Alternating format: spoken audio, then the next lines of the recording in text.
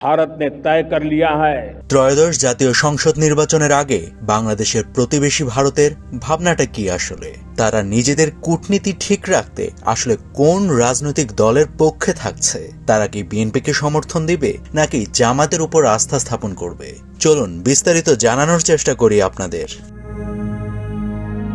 সত্য বলতে ঠিক এই মুহূর্তে ভারত স্পষ্টভাবে বিভ্রান্ত। আগামী জাতীয় নির্বাচনের পর বাংলাদেশে কে ক্ষমতায় আসবে ঠিক সে ব্যাপারটাতে বিএনপি না জামাত, এই অনিশ্চয়তার কারণেই দিল্লি দুই পক্ষের সঙ্গে সম্পর্ক স্থাপনের চেষ্টা করছে, যা এখন ক্রমেই পরিষ্কার হয়ে উঠছে। বিশ্লেষকদের মতে ভারত এখন বুঝতে শুরু করেছে যে একটি স্বৈরতান্ত্রিক সরকারকে দীর্ঘদিন টিকে রাখা যায় না। জুলাই অভ্যুত্থানের মধ্য দিয়ে বাংলাদেশের জনগণ ভারতের নীতি যে ভুল সেটা প্রমাণ করেছে। ভারতের এই ভুল নীতির পেছনে বিজেপি সরকারের নিজস্ব রাজনৈতিক মনোবৃত্তি কাজ করেছে।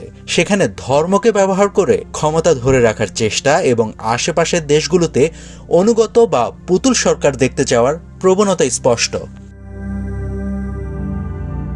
এর অবশ্য একটা কারণও আছে। গণতন্ত্র থাকলে সেখানে ভারত বিরোধী শক্তি ক্ষমতায় আসার সম্ভাবনা তৈরি হয়, যা দিল্লির জন্য ঝুঁকিপূর্ণ বলে তারা মনে করে থাকে। এদিকে 5ই আগস্টের গণ অভ্যুত্থানের পর এই নীতিতে বড় ধাক্কা খায় ভারত। শুরুতে তারা এটিকে উগ্রবাদী উত্থান হিসেবে বিশ্বমঞ্চে উপস্থাপনের চেষ্টা করে এবং বাংলাদেশে সংখ্যালঘু নির্যাতনের অভিযোগ তোলে, কিন্তু আন্তর্জাতিক মহলে এই দাবি গ্রহণযোগ্যতা পায়নি। এ বাস্তবতায় ভারত এখন নতুন করে সম্পর্ক পুনঃস্থাপনের পথে হাঁটছে।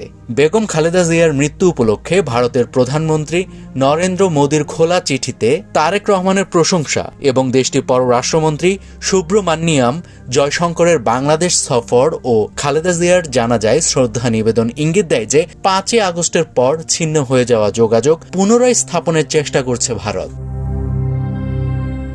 তবে বিষয়টি এখানেই সীমাবদ্ধ নয়। ভারত একদিকে বিএনপির সঙ্গে সম্পর্ক বাড়াচ্ছে, অন্যদিকে জামায়াতের সঙ্গেও যোগাযোগ রাখছে, কারণ ভোটের রাজনীতিতে জামায়াতের শক্তি বাড়ছে। এটিও দিল্লির নজরে আছে। ফলে তারা বিএনপি এবং জামাত দুদিকেই কৌশলগতভাবে এগিয়ে যাচ্ছে।